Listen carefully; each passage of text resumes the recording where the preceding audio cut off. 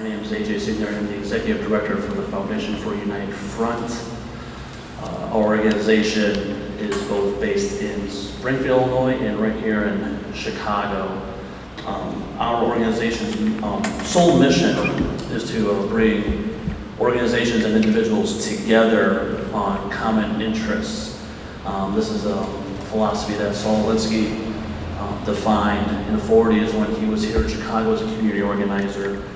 And this program, the second annual Stonewall Riot panel, is under our public sphere program. This program presents those ignored, marginalized, misrepresented, underrepresented topics and issues by bringing people together to discuss freely our societal problems. And this program was influenced by a political philosophy professor I had at the University of Illinois Springfield, where we had a public sphere program down there, and I just kind of carried on that same spirit into this organization. And I also like to thank the panelists who are here. Thank you for coming here to do this. Let me introduce our panelists. To my far right is Amy Thayer, co-founder of the Gay Liberation Network, super activist, in my opinion. I know of Andy when he did, if I do believe it was the Pride Parade in Moscow, who helped with all that. To his left is Nebula Lee. She do work with the Asian American for Advancing Justice currently. Know of her through Occupy Southside, that was also housed here for a while here at Unitarian Church. And then closest to me is Jeannie Lesher, correct me if I'm wrong, the president of CAN, the Community Alliance and Action Network down in Joliet. So this discussion, we're going to be talking about three categories: politics, activism, pop culture, and how all this progressed, or if there's been challenges since the Stonewall Riot in 1969. This program is called that because a lot of people don't know about Stonewall Riots.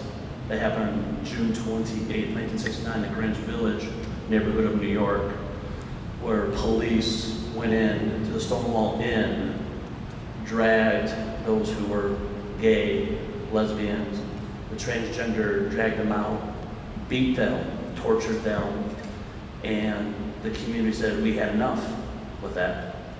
And we are not saying the Stonewall Riots was the event. There have been many events prior to the Stonewall Riots. It's just that our opinion of Stonewall Riots was that spark of liberation, that we cannot take this anymore. And because of that, this is where Pride Parade started, was Stonewall Riots. For 3 days, they were marching up and down the streets around Greenwich Village, saying, having signs says, "We're here and we're queer. We are not going to take this anymore. The police are torturing us." And so I'm just going to open that question, and that is the Pride Parade, because I feel the Pride Parade encompasses both politics, activism, and the pop culture. And so I'm going to start with Andy, work our way down. Hopefully the microphones are on. If not, there's a button at the bottom of the wireless mics. And so I'm going to pose the question: is the Pride Parade a metric? Is it that measuring tool that when Pride started in '69, it was this tool to saying we're going to express our feelings? But now it seems that it's more corporatized. It is that vehicle for political officials to get their name out there, to get their fan base, their political base. That is some people's opinion of that. So where has the Pride Parade started and ended? Has it progressed? Has it helped? So I'm just going to open that question up to that. Go ahead, Andy. Well, it really depends on what Pride Parade you're talking about, because in other countries, Pride Parades are still very, very political. In places like Serbia, for example, they are typically brutally repressed by neo-fascists. In Moscow, people have been following the news there. people who merely assemble for Pride Parade are not only laid upon by neo-fascists, but also by the government as well. Here in this country, obviously, it's a very different issue today, and the corporate floats and so forth definitely dominate, and I think that's unfortunate because I think that our community deserves better. We need to be more critical of the corporations as well as the politicians who come around. People are no doubt aware of the petition that began around this year's Chicago Pride Parade to ban all politicians, and there were variations of that, whether or not you ban politicians who were responsible, in many people's views, for the failure of Senate Bill 10, our gay rights, equal marriage rights bill. So there are political aspects of Pride still, most of them negative, I would argue, in this country. We have the spectacle of what happened with the Pride Parade in San Francisco, where the former Grand Marshals voted to have a person whom I would consider to be a gay hero, Bradley Manning, to be their Grand Marshal in absentia, because of course he's being prosecuted by the Obama administration for being a whistleblower. And I think these former Grand Marshals, who came from, for the most part, a much more political time than we are right now in the LGBT community in the United States, they recognized what Bradley Manning has contributed, and so in that respect, they were out of sync with the sort of party time prides that we have today. And I would just bullet point it, because I think it's important to remember that Bradley Manning, in terms of specifically LGBT rights, he played a critical role in helping spur some of the North African rebellions against the U.S. allied dictators in the region by spilling the beans on how the Obama and Bush administrations had allied themselves with these brutal dictators. He also, the information he released about the Honduran coup showed that the Obama administration, its own ambassador, not only knew that the coup was happening before it happened, but also who was going to be leading it. Those who know anything about international LGBT politics know that dozens of LGBTs have been murdered post-coup in a wave of violence against anyone who is politically active. Now that's a very different picture that you see of the, as they say, the party time prides that dominate in this country. I think that unfortunately we've had a rather rapid descent in terms of what's happened with our prides in terms of the political content, but I know that that can change as well in response to events. And if we enter a very different period of time in this country, promoted perhaps by economic crisis, then there invariably will be scapegoating against LGBTs and other persecuted minorities, and I think those prides will take on a more political cast as people realize really what's going on. In my experience with other sort of so-called red state areas is that people in places like Kankakee, where I was down, GLN and myself and others were down just a few weeks ago on July 5th, that people are much more political down there in the LGBT community. They realize what's going on, what the religious right is about, that they're not just concerned about preventing marriage rights, they're concerned about preventing our employment rights, our equal access to public housing, public accommodations, and so forth. But basically, many of them want us dead. So there are variations within prides here in the United States, but obviously prides abroad in many countries you see a much more extreme level of that, and the consequent consciousness on the part of LGBTs. So I have to say that in terms of pride, I mean there's like a image that's been going on around Facebook that says like the first pride is a riot, and that's what you're talking about with the Stonewall Riot. And I think that, it's true. I mean, the first pride was a riot. It was a resistance from queer people of color, trans people of color, trans women, standing up and asserting their rights after being profiled by police, by being told that they're loitering within a bar. What the fuck? What does that even mean? I'm not entirely sure what it means to loiter inside a location, but I think that the idea of having pride as not just having your identity, I feel like a lot of straight folks sometimes misunderstand pride. They think that folks are proud of this one particular part of their identity and that therefore straight folks should be ashamed of their identities. I think that that's not the correct lens to look upon pride parades. I think you need to understand that folks who have been persecuted or who have experienced difficulty in their lives based on one part, even just asserting the identity in any capacity, that is pride. Coming out to one person or just wearing, if wearing gender nonconforming clothing, that is your pride. That is the moment that you're seizing upon for that particular month that folks in the past have worked so hard for you to be able to do. So I think that there's the potential for pride to be very political. And from an individual standpoint, my first pride that I went to when I was a college student was where I was outed to my parents actually through Facebook. So for me, even just attending Pride, no matter what the message behind it, no matter what corporate sponsors are part of it, it is an acutely, political and acutely public thing to do. So that's one thing. Another short thing I wanted to mention, I met up with, so I'm very active in the immigrant rights community, and I met someone who was undocumented and queer, and he's Latino, and he was attending his first Pride parade in California, and he saw one of the corporate floats going by. It was Wells Fargo. I think that Wells Fargo is one of the banks that has been a huge contributor to private prisons, including private immigration detentions. And so he screamed, F Wells Fargo. I mean, to the outsider, they perceive a homophobic Latino man shouting, screw this, this pride parade. That's what they just see him saying F Wells Fargo. They don't know that he's actually a member of the community who it feels distanced, feels alienated by this corporate sponsor because although they accept part of his identity, they don't accept the other part of his identity.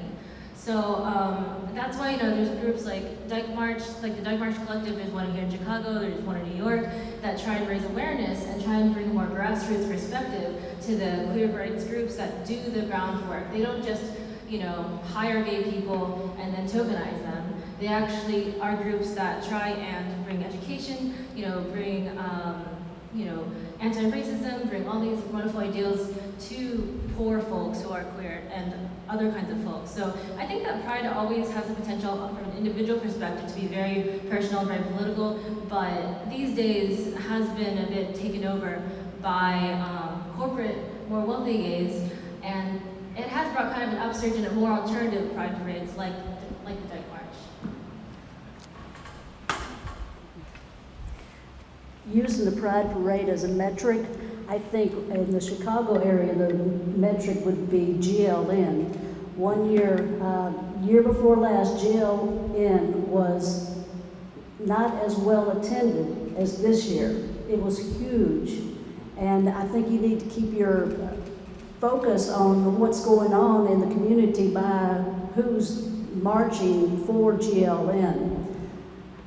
Another thing that I noticed with this year's Pride Parade, and I think it kind of makes it graphic, is that I believe the Gay Men's Chorus, they had a float, and it was sponsored by someone, and the sponsor had a much larger banner.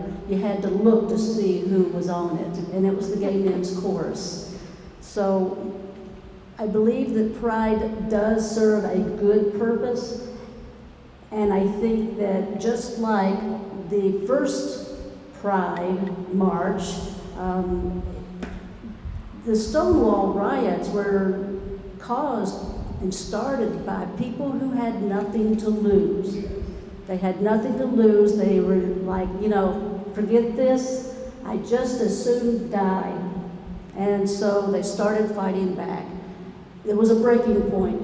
And I think that you're going to be finding a breaking point because that moment was co-opted by people who had privilege, who had access, and they used it. And it's been transitioning to having laws for the people of privilege. But the rest of us who are still being oppressed, we're going to meet a breaking point. So watch GLN at the Pride Parade. That'll be your metric. So, y'all can talk for that. So speaking about presence, jumping into the first category, which is politics. I'm going to start with Nebula. The State House in Illinois, Springfield, has had a gay marriage bill. We had one, but then it just slipped away. Just like to hear your own thoughts about that. What's the future, and this is for the whole panel, you guys, your own opinions on that situation, and what is the future of that? Is it going to be brought back up come the fall legislative session, or is it now on the back burner because of these other issues like the pension bill, school closings, the budget, of course, and then this coming 14 will be the election.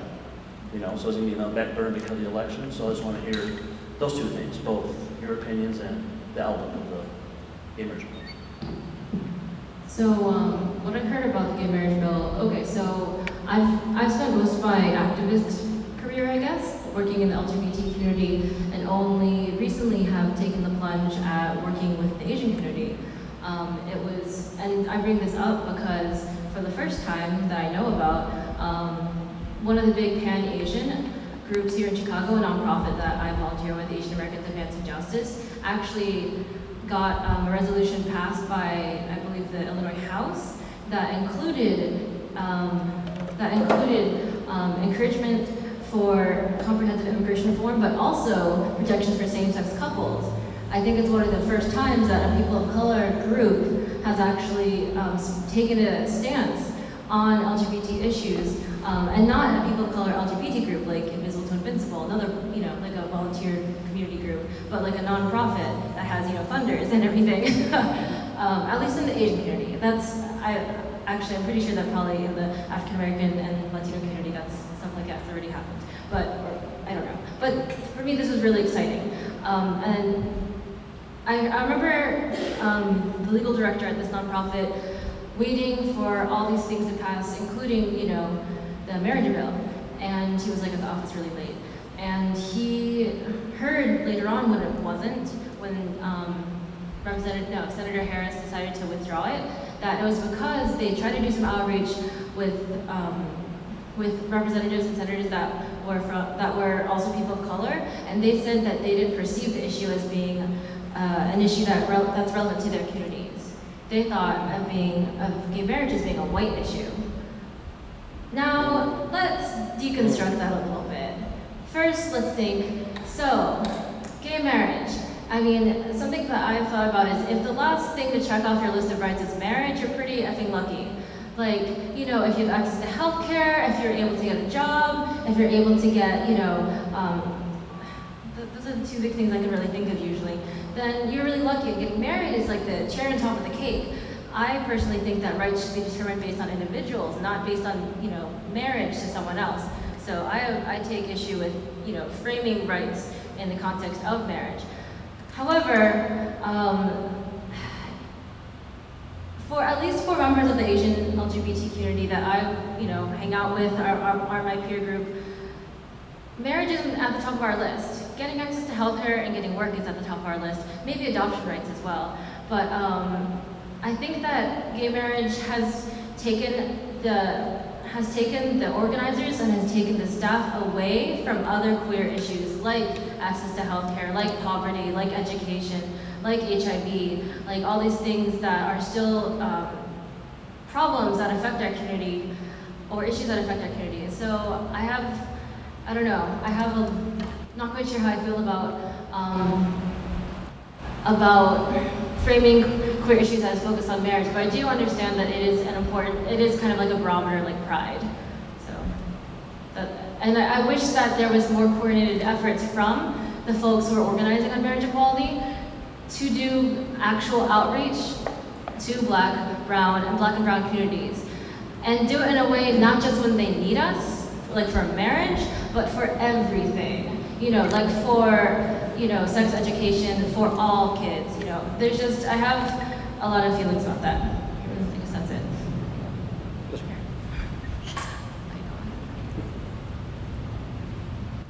Marriage equality. It's a conservative agenda, and I think it's going to pass because of that fact. It's easier for the corporations to do whatever it is they do in order to make money, to have the books be consistent across the board and possibly internationally. It's good for the corporations if we're just like everyone else.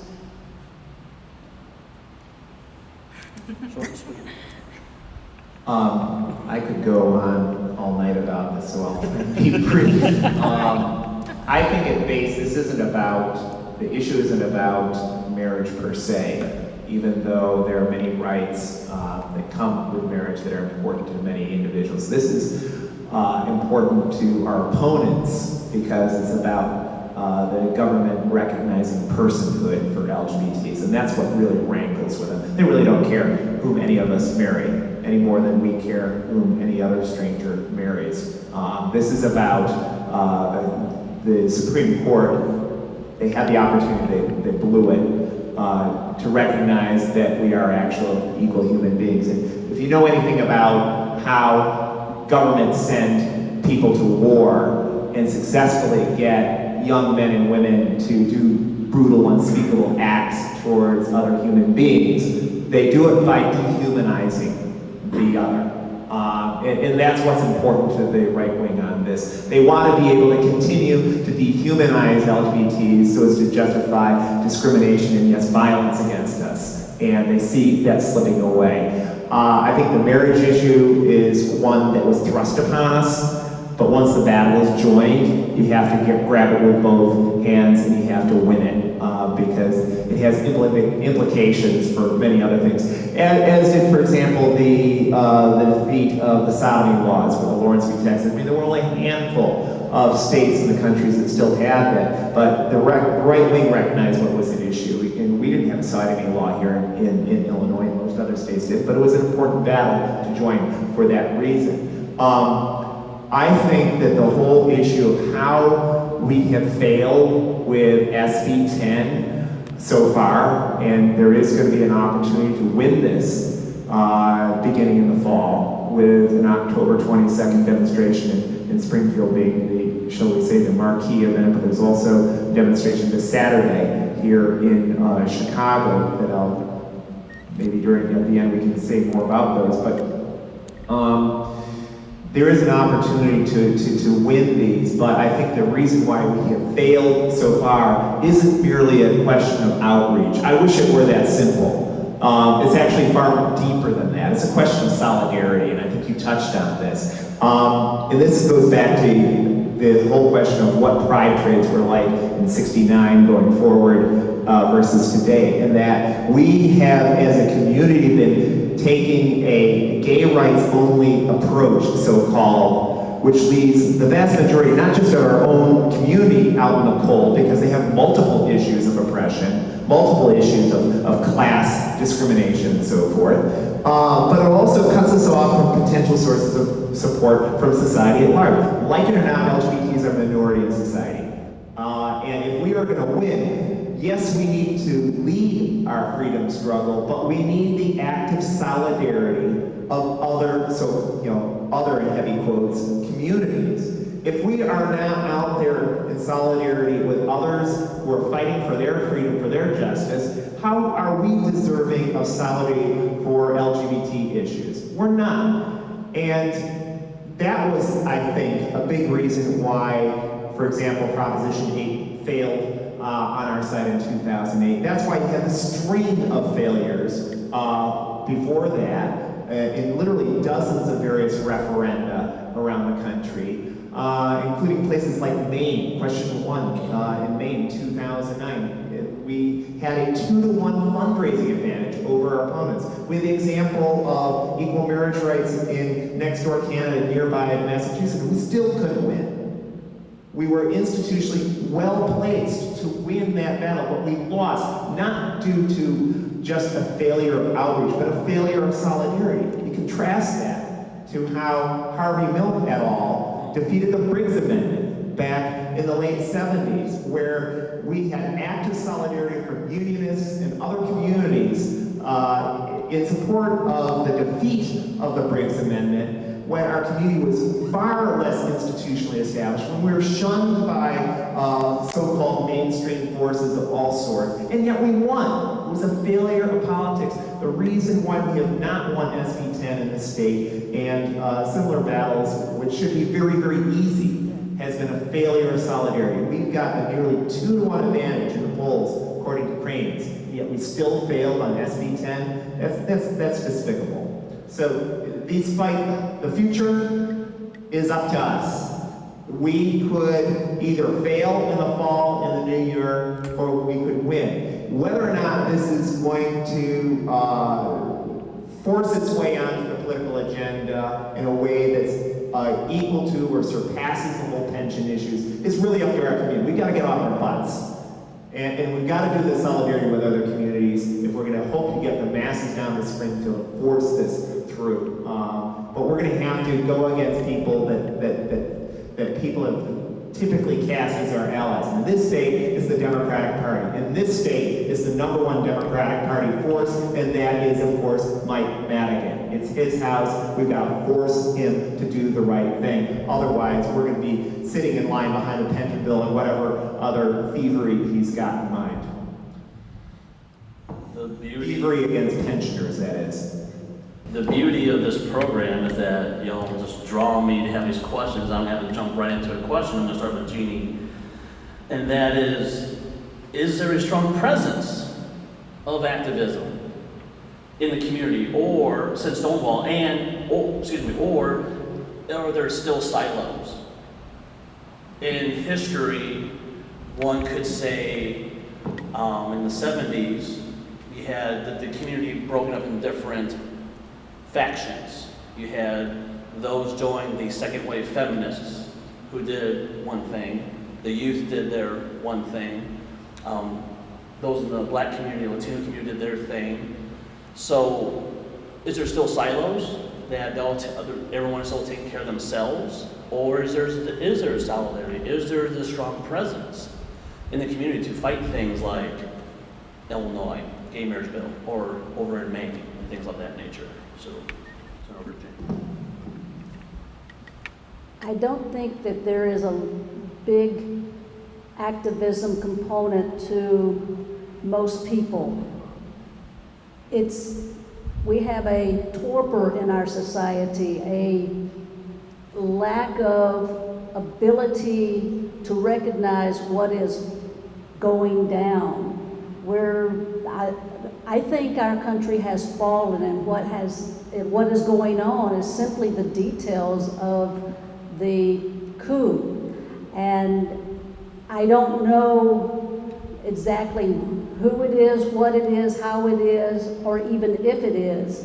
But when you have organizations or businesses, corporations like Monsanto taking over the food system, and you have LGBTQ people being beaten up by the cops, even today, and there's no one outraged. It says, no, we're not taking care of ourselves. We're not, it's a few activists. We don't have the money. It does take a lot of money, and nobody has money to give. And when they do have money, they want to get the next toy, the next gadget, the next car. That television has lulled them into saying, this is my symbol, I have made it. I don't know what else I can add to that, and I tend to be one of the people that some call a doomer. And I think that there's a reason for that. When you open up your eyes and look around and see what has happened to our rights, the fact that people are saying it's okay if our government spies on us because they're keeping us safe. No, I think I need to be safe from the government. It's scary. Thanks. I think we're horribly siloed today, probably almost as bad as we were, for example, on the eve of the AIDS crisis making the public headlines. And I guess the one good thing you can say is that shows us that those things can turn around. I think that what we term gay Inc. is horribly invested in rights for me only, you might say, gay rights only, which means that those executive directors making their six-figure salaries simply want to be equal with non-LGBTs of their own class, but they would loathe the whole notion of being equal with their LGBT houseboy or rent boy or what have you. That kind of equality, class equality, frightens the hell out of them. And I think we saw an illustration of that in what went down with the San Francisco Pride Parade. That there are elites that set the agenda. They just happen to be LGBT, but that really doesn't do much for the rest of us, whether they're politicians or business leaders or what have you. So I think that we've got a situation where, I mean, the so-called non-political people I run into in my daily life that are LGBT, they very often have got very political thoughts. They may not come from an established political tradition or training or anything like that, but I think that the main problem is that most people feel very atomized and powerless. They feel like that the assholes are going to do what the assholes are going to do, whether you're talking about Rahm Emanuel in City Hall or DC. And I think that people feel very frustrated about it. The one thing that you can say is that I think there is going to be a reckoning, and maybe next year, maybe 5 years, 10 years from now, but there is going to be a reckoning that LGBTs are going to have, and others in society are going to have to come to terms with that. I think that the international economic situation is very dicey, and it's only a matter of time before we have another great recession. And some very nasty politics can come out of situations like that, not just against LGBTs, but against a host of quote-unquote minorities. And in that situation, we've got a choice to either develop a politics of solidarity, where we focus on the predation, shall we say, of the 1%, or we blame each other. And it could go either way, but that's where human actions and organizations become important. I think that increasingly our LGBT politics are marked by class. The issue of how you experience depression is very different for someone who owns a business in Boys Town versus someone who's being beaten up on the streets of Boys Town because the cops don't like you as a LGBT person of color, youth, or what have you. The issue of class is asserting itself in American politics, and it's going to assert itself more in the LGBT community. One thing that astounds me that has not been a story in our community has been with the Great Recession, the fact that it's very common now for 20 and 30-somethings in our community to be living at home. What does that mean for the whole issue of coming out of the closet? I mean, the fact that we live in a city that since the year 1947, according to Sun Times a couple years ago, has got the highest youth unemployment rate ever since the stats began being collected in 47. What does that say about the ability of people to come out? I mean, people of my generation, typically, it's 18, you're out the door if you can, and for most people that was a real possibility. For today, drowning in student debt, facing unprecedented unemployment, what does that mean for the ability of us to construct a community? Now, one last analogy to not draw too great a mean, this is not a one-to-one analogy, but it illustrates in an extreme example what can happen. The LGBT community in Weimar, Germany, which was the center of the first gay rights movement, was crushed first and foremost by the economic crisis that hit that country. And then the Nazis came in and did the rest of the damage. But these so-called non-gay issues can potentially have a profound impact in how we construct community and how we fight for our rights. As an unemployed 20-something who lives with my partner, I completely appreciate that. Shouting out to me. I think that it's, so the initial question was about activism within our community, right? And whether our community is activist. The initial question is it a stronger presence, or are there the what some of us call silos, where we just pay attention to ourselves and not reach out to the broader within the community in solidarity or to fight that same forces or whatever we need to do? Okay, so 2 points. First, I think that I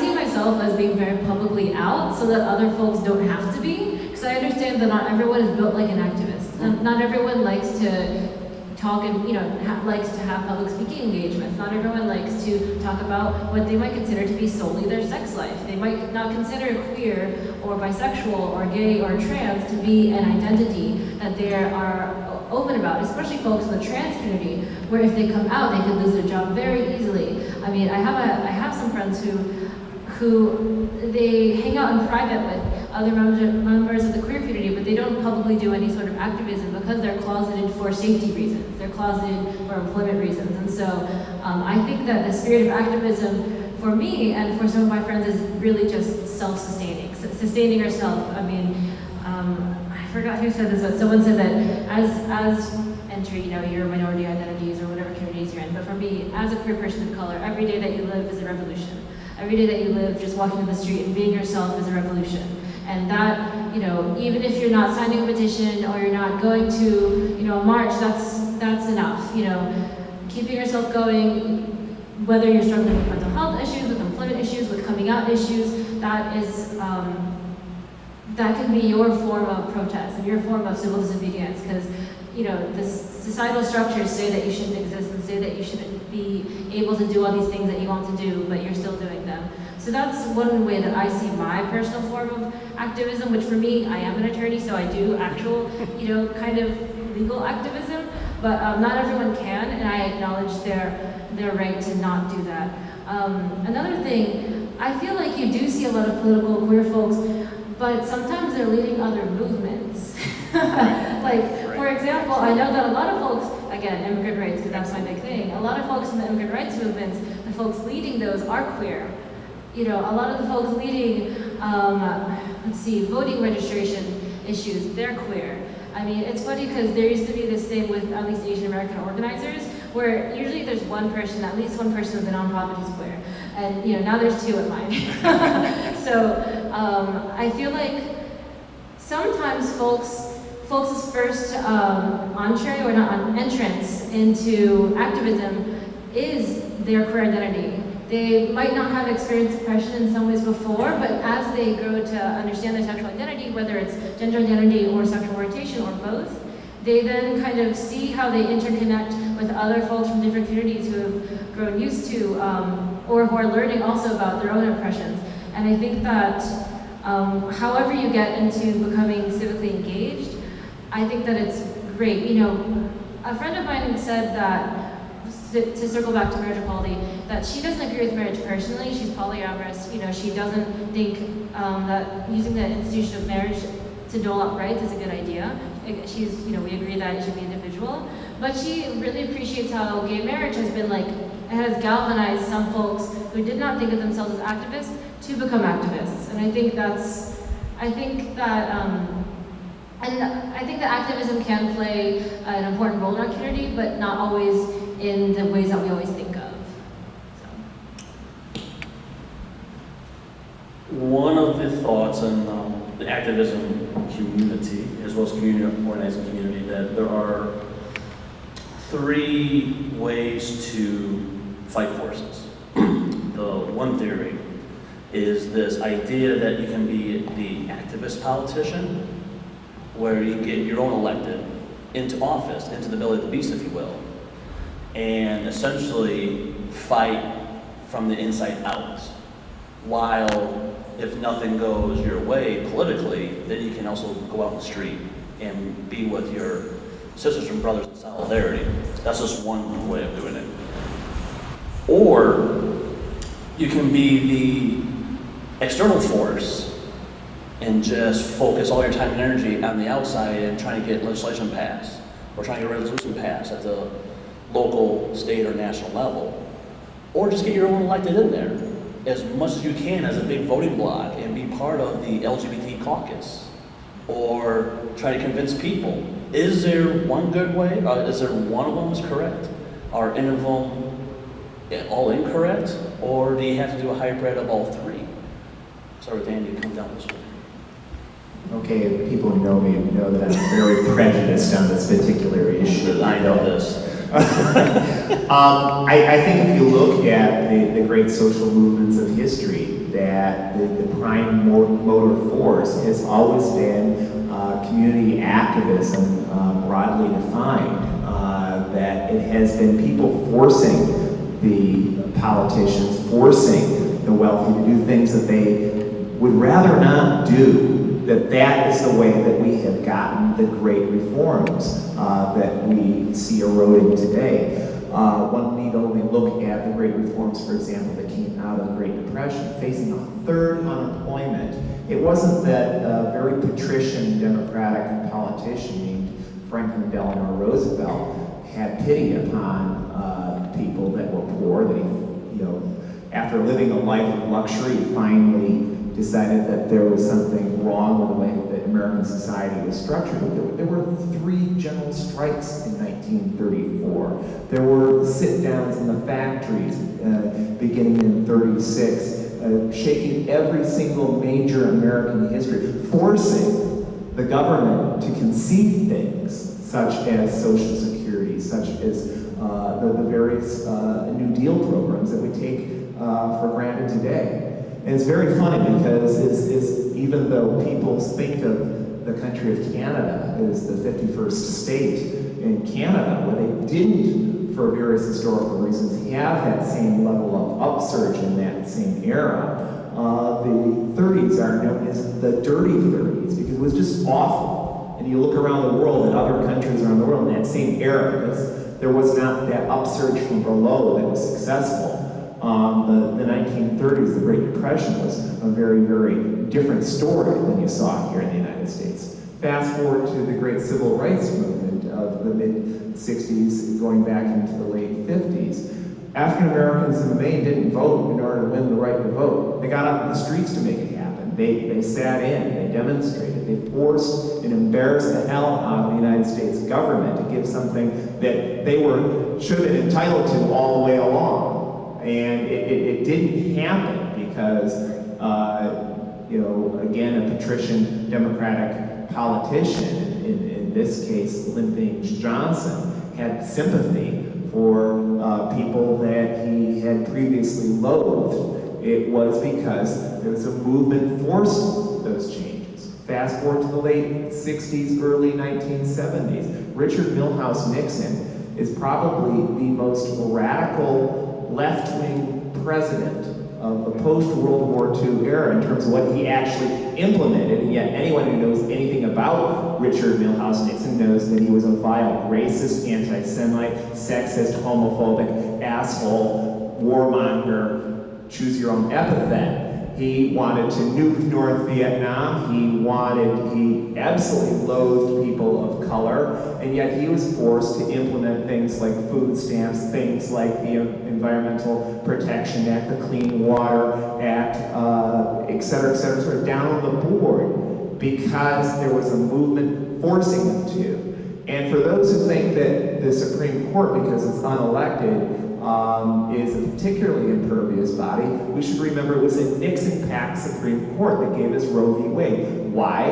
Not because a bunch of men decided to be kind to women, but because there was a massive women's movement in the country forcing the legalization of abortion. That's the value of movements from below. That is the history that, for the most of us, will not learn in our schools, but that is how change is made. And that's why we don't learn that history. So I actually have got pretty much, I loathe the whole idea of let's elect our own and they will free us.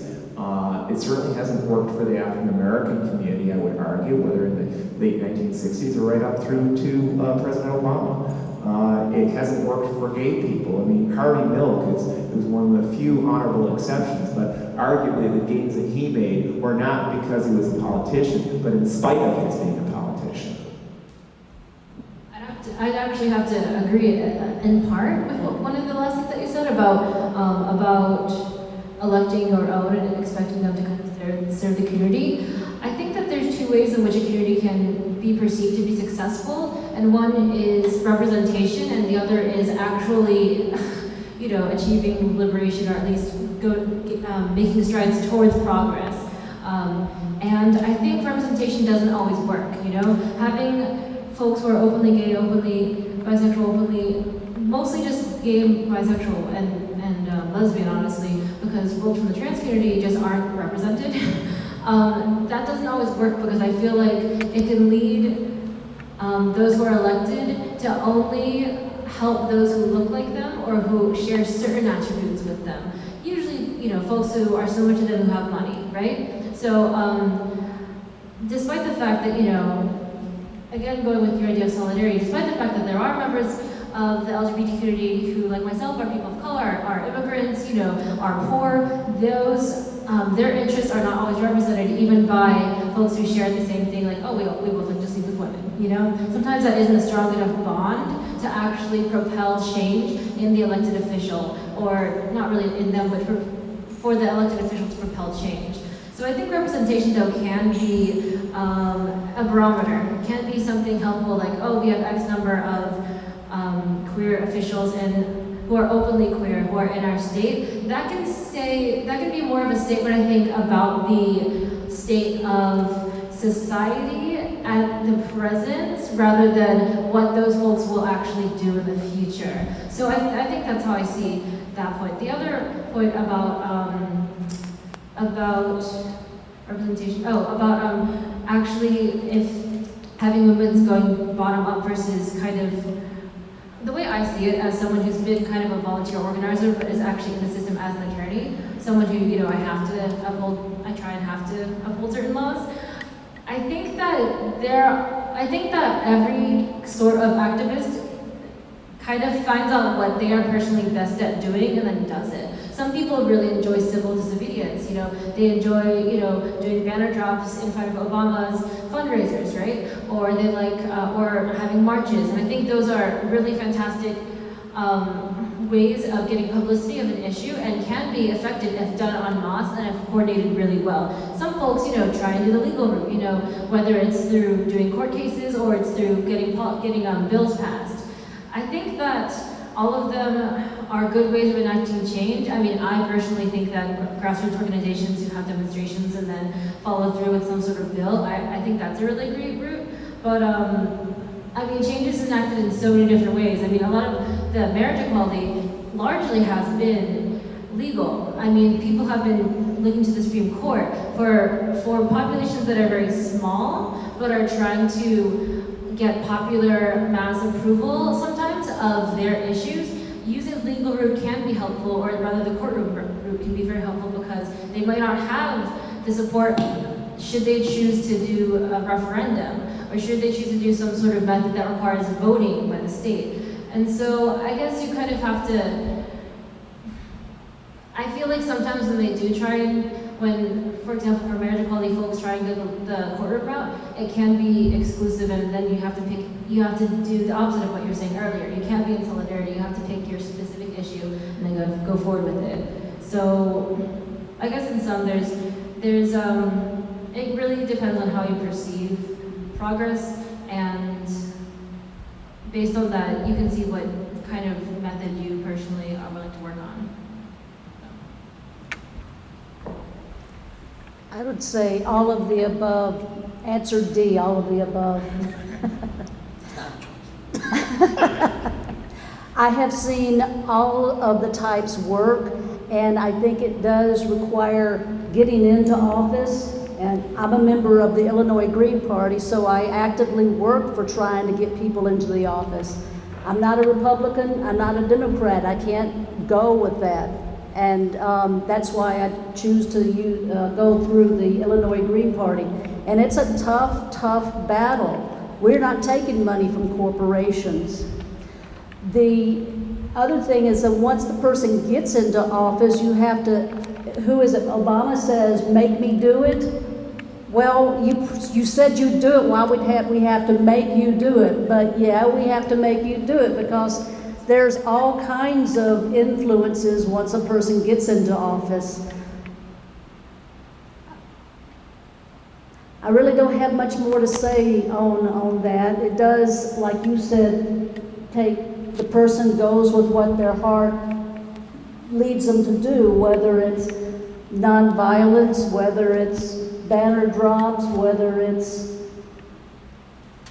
going in the streets. But what we don't have is media access, and that takes money, and that belongs to corporations.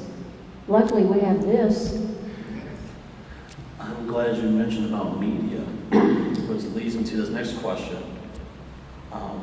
There are things that the community does have.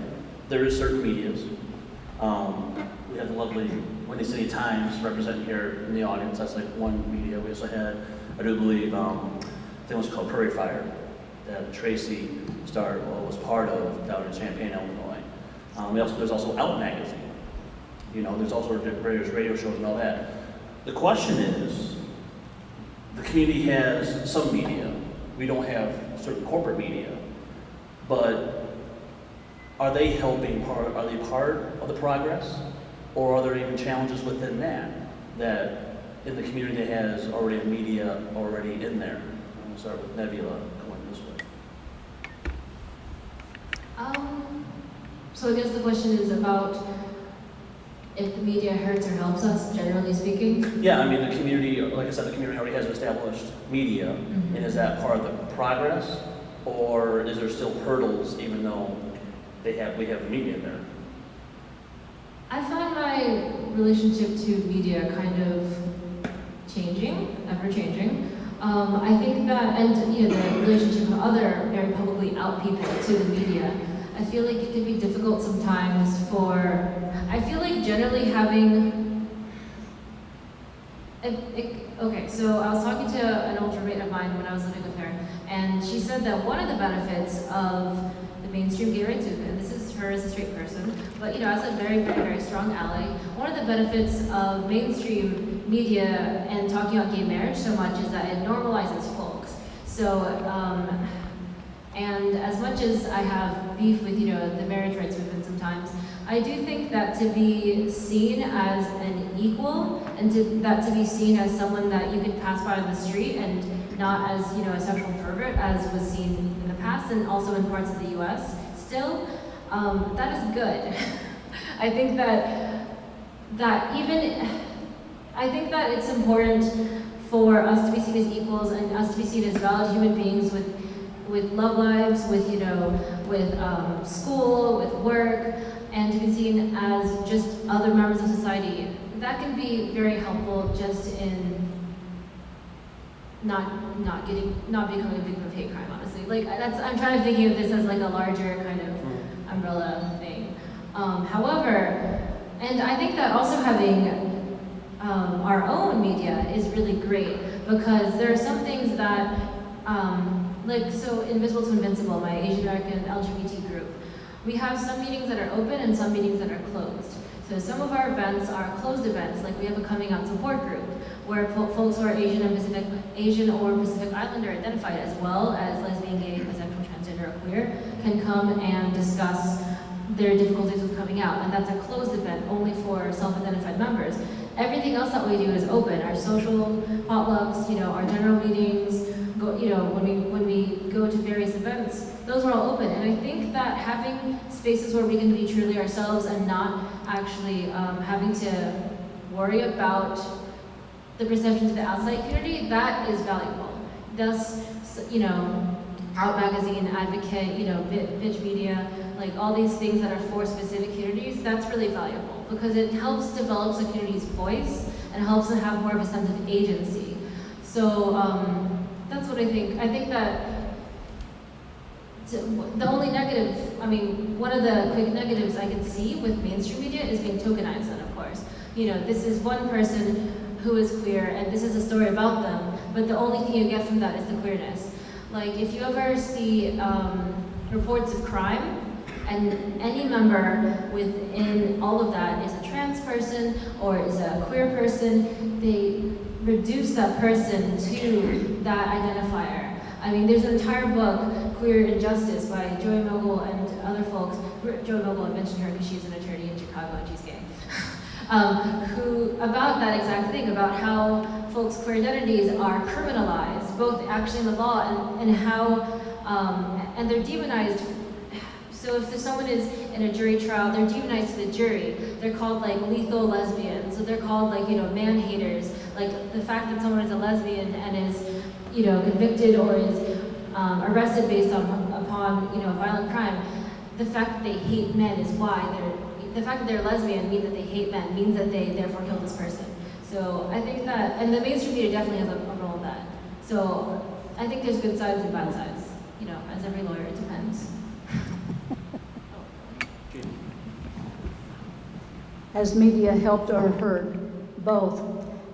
Some of it has been because of the portrayal. This is, especially nowadays, since we have a marriage equality movement, you know, we're just like you, so they're holding up as the icons the beautiful people, you know, the generally white person, and if the person of color, it's the pretty person of color. They're not showing people with disabilities, they're not showing the people of size, they're not showing the trans person who can't pass, you know, or who would even not want to pass because they're not showing all of our community. So in that kind of a way, the media has hurt because we're so diverse, we're so colorful. I mean, that's why we have the rainbow flags, because we're a blend of everything. But having media access can help because we do reach more people, and each person at work can say to the other person, yes, I'm gay, and that has helped a lot. And I know in my own experience, I don't worry about it anymore. You know, I am able to say, well, I'm poly, so there is that oppression, but I am able to say, you know, my girlfriend this, or, you know, and not have to change pronouns like I had to do in the beginning when I was much, much younger. So media has helped with that factor. Getting media access for everyone, anyone who's trying to do any kind of activism. That's why the LGBTQ community went to the corporations in the first place, is because that's how you got money in order to have access. And now it has turned to bite us. And you can see that in the Pride Parade with the fact that the Gay Men's Chorus banner was the small one on the float.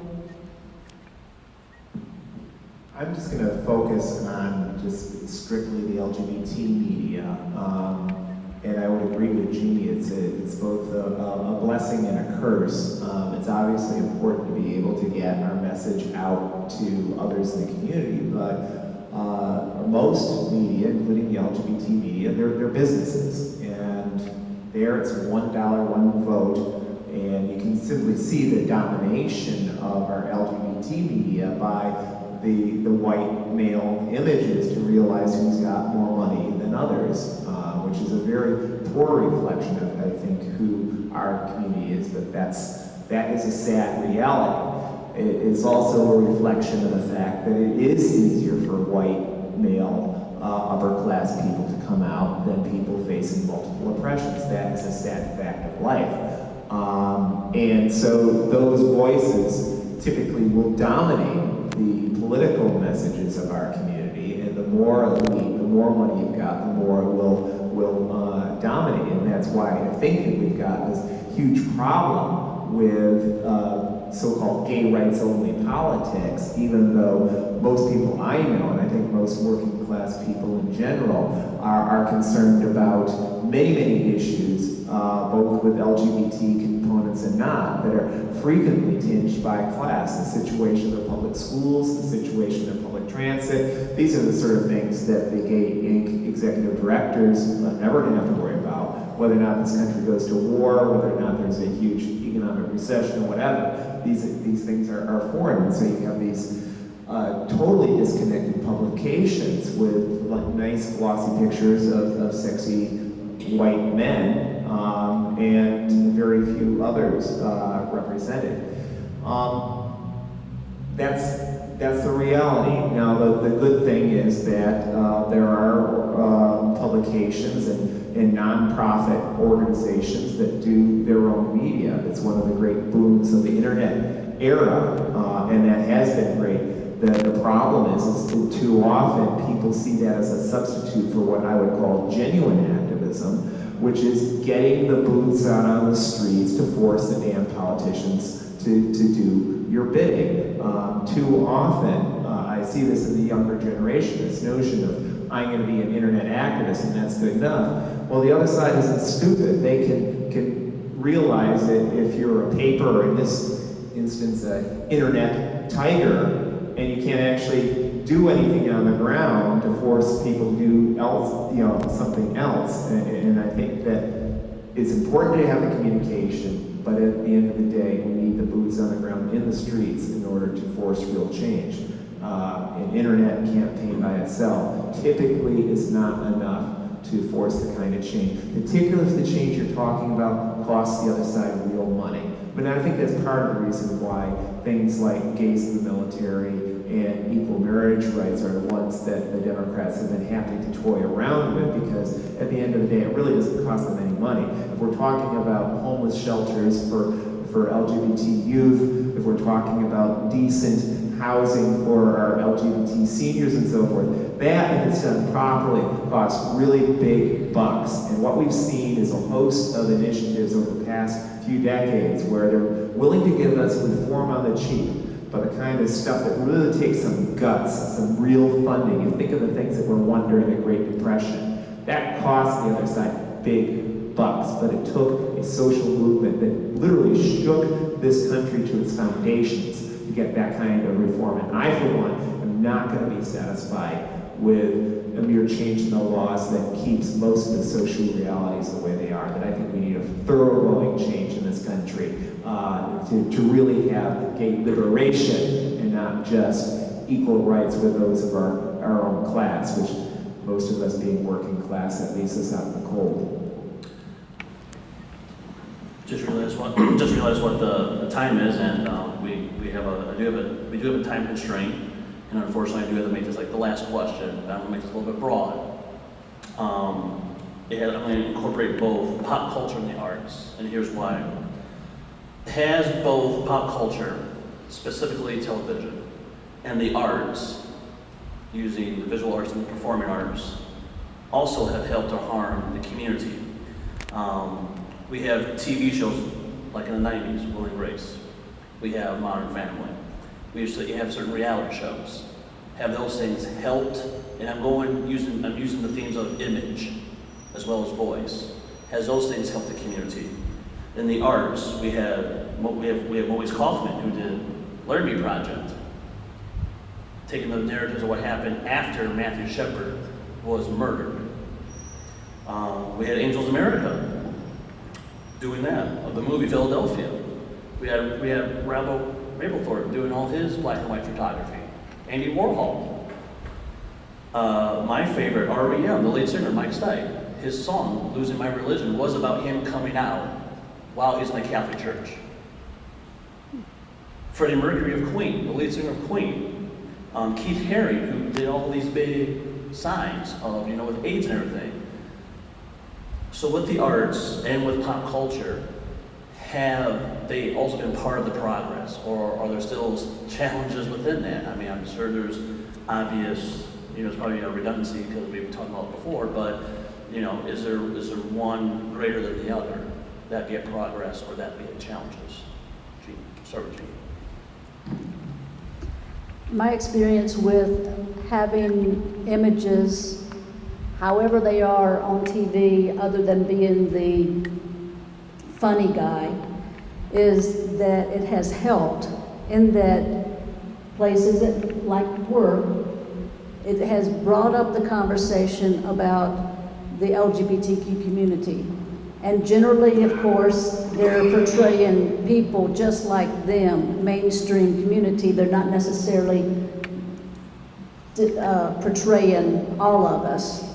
But that has helped, having Will and Grace, and oh, that's funny, and now Modern Family. People just love to talk about Modern Family, and it's enabled the straight person who would never think about anything other than their own church, family, city, house.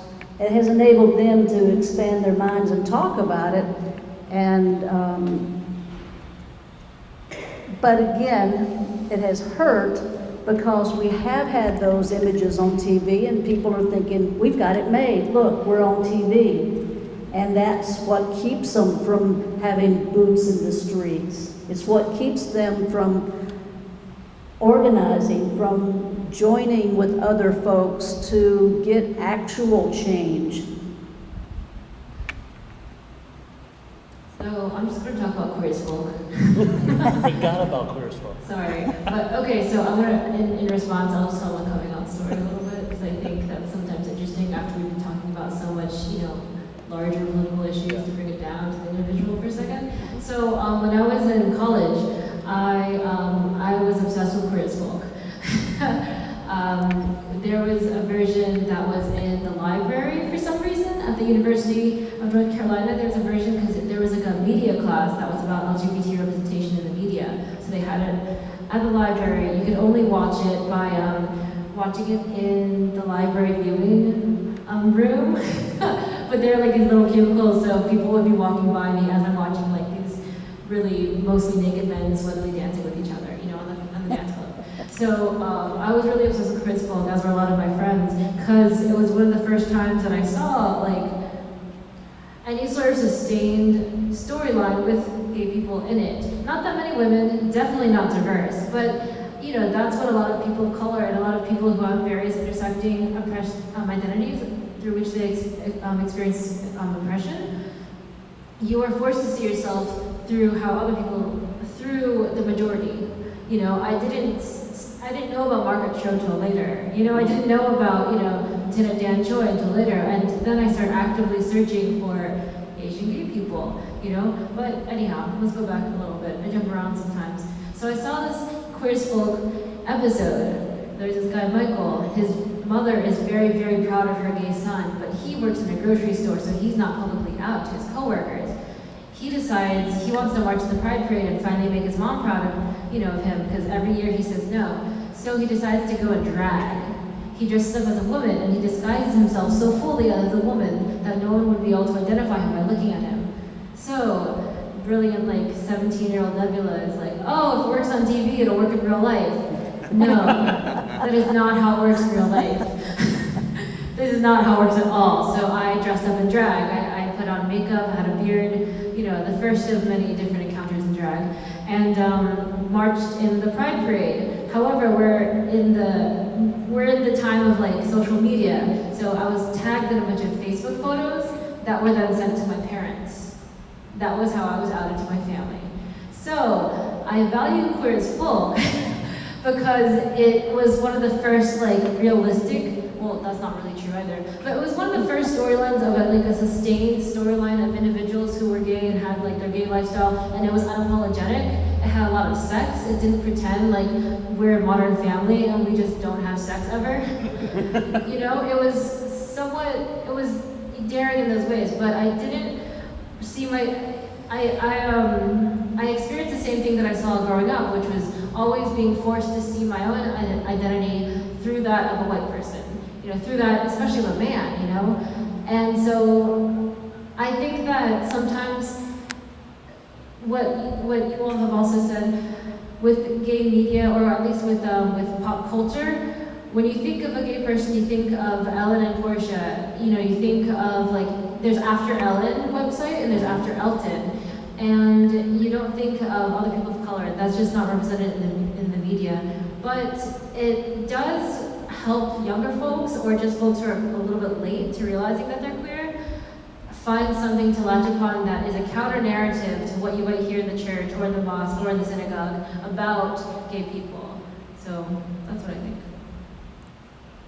Those who know me will say that the notion of asking me anything about popular culture is a very foolish thing, so I will limit my comment to more looking at the situation of popular culture in the African American civil rights movement in the 1960s, where you saw people like James Baldwin and various singers and writers really, literally out there on the front lines, marching with Dr. King and so on and so forth. And I contrast that with today, the paucity of people, LGBT celebrities who would do that, or so-called pro-gay celebrities. And what frankly angers me is because I spent a considerable amount of time in, I believe it was 2010, doing a full court press on Lady Gaga, who of course later came out with the various pro-gay songs and so forth, singing as the gay idol, etc. And the reason why I was doing a full court press with Lady Gaga was to get her to at least tape a message of solidarity with Moscow Pride. If not go to Moscow Pride, at least tape something to provide activists there with an element of protection.